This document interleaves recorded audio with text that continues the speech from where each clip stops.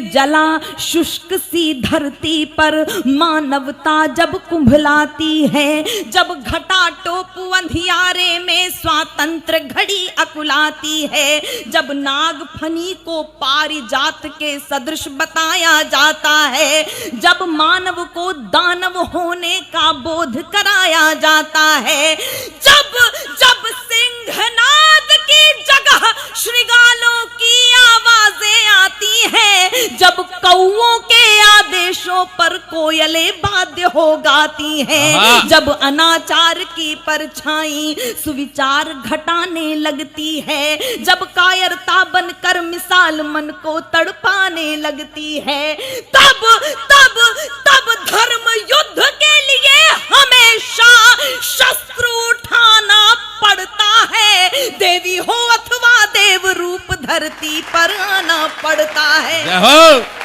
हर कोना हर कोना हर कोना भरा वीरता से इस भारत की अंगनाई का बलिदान रहेगा सदा मर मर्दानी लक्ष्मी बाई। जय हो। कविता जिंदाबाद।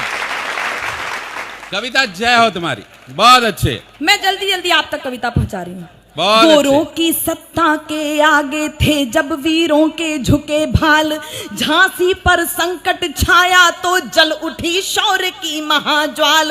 अबला कहते थे लोग जिसे जब पहली बार सबल देखी, भारत क्या पूरी दुनिया ने नारी की शक्ति प्रबल देखी। लेकर कृपाण संकल्प किया, उस देवी का घोषणा पत्र बांटने, इस मिट्टी के प्रति कितना अनुराग होना चाहिए हमें बता दिया था उसने। लेकर कृपाण संकल्प किया, निज धरा नहीं बटने दूंगी, मेरा सिर चाहे कट जाए अस्तित्व नहीं घटने दूंगी। जय हो।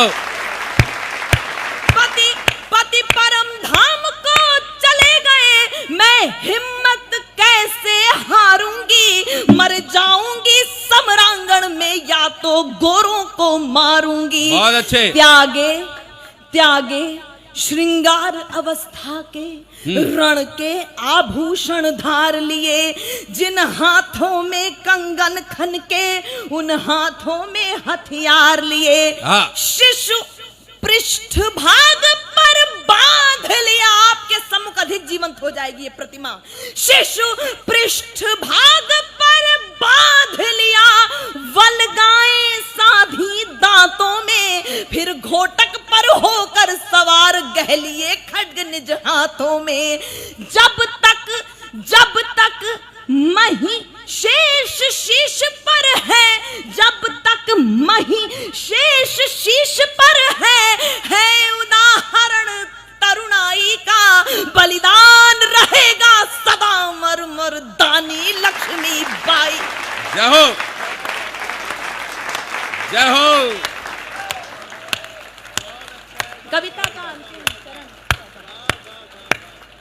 का अंतिम चरण आप तक पहुंचाती हूँ मैं। आपके विशाल क्या बात है, बहुत आभार।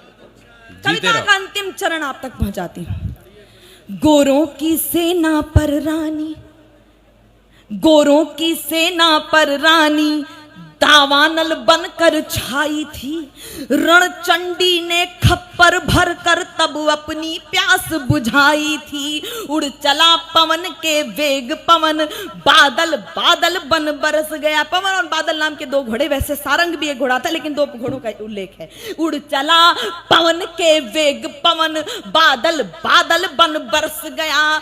चपला सम तलवारें चमकी, दुश्मन पानी को तरस गया। रण बीच अकेली डटी रही। इस विद्वत समाज में एक प्रश्न अचानक उछल पड़ता है कि वो अकेली क्यों रही। मुझे कहने दीजिएगा, राजनीति कुछ भी करती हो, लेकिन आप सब भी जानते हैं यदि तत्कालीन ग्वालियर नरेश ने महारानी लक्ष्मीबाई का साथ दिया होता तो हम कब के आजाद हो चुके होते। ये सच्चाई है। रण बीच अकेली डटी रही, साहस के तब पांव बारे थे। एक पंक्ति गा रही जो महारानी लक्ष्मीबाई के जीवन में घटित हुई, आपके आपके आपके आपके जीवन में रोज घटित होती होगी तो मुझे बता दीजिएगा। रण बीच अकेली डटी रही, साहस के तब पांव बारे थे, दुश्मन से बाजी जीत गए पर हम अपनों से हारे। जय हो, जय हो, जय हो, जय हो, जिंदाबाद, जीते रहो। बहुत अच्छे। मुझे माफ कीजिएगा, ये धर्मों को मानने वाला देश है। बहुत आभार, बहुत बहुत धन्यवाद। ये धर्मों को मानने वाला देश है, मान्यताओं आस्थाओं का देश है। किसी की धार्मिक भावनाओं को आहत नहीं कर रही हूं, लेकिन कुछ पौराणिक प्रसंग है, उन्हें ऐतिहासिक साक्ष्य के रूप में उद्धृत कर रही हूं। अपनों से हारने की परंपरा कहां से चली आ रही है, सिर्फ उदाहरण के रूप में लीजिएगा, सिर्फ उदाहरण।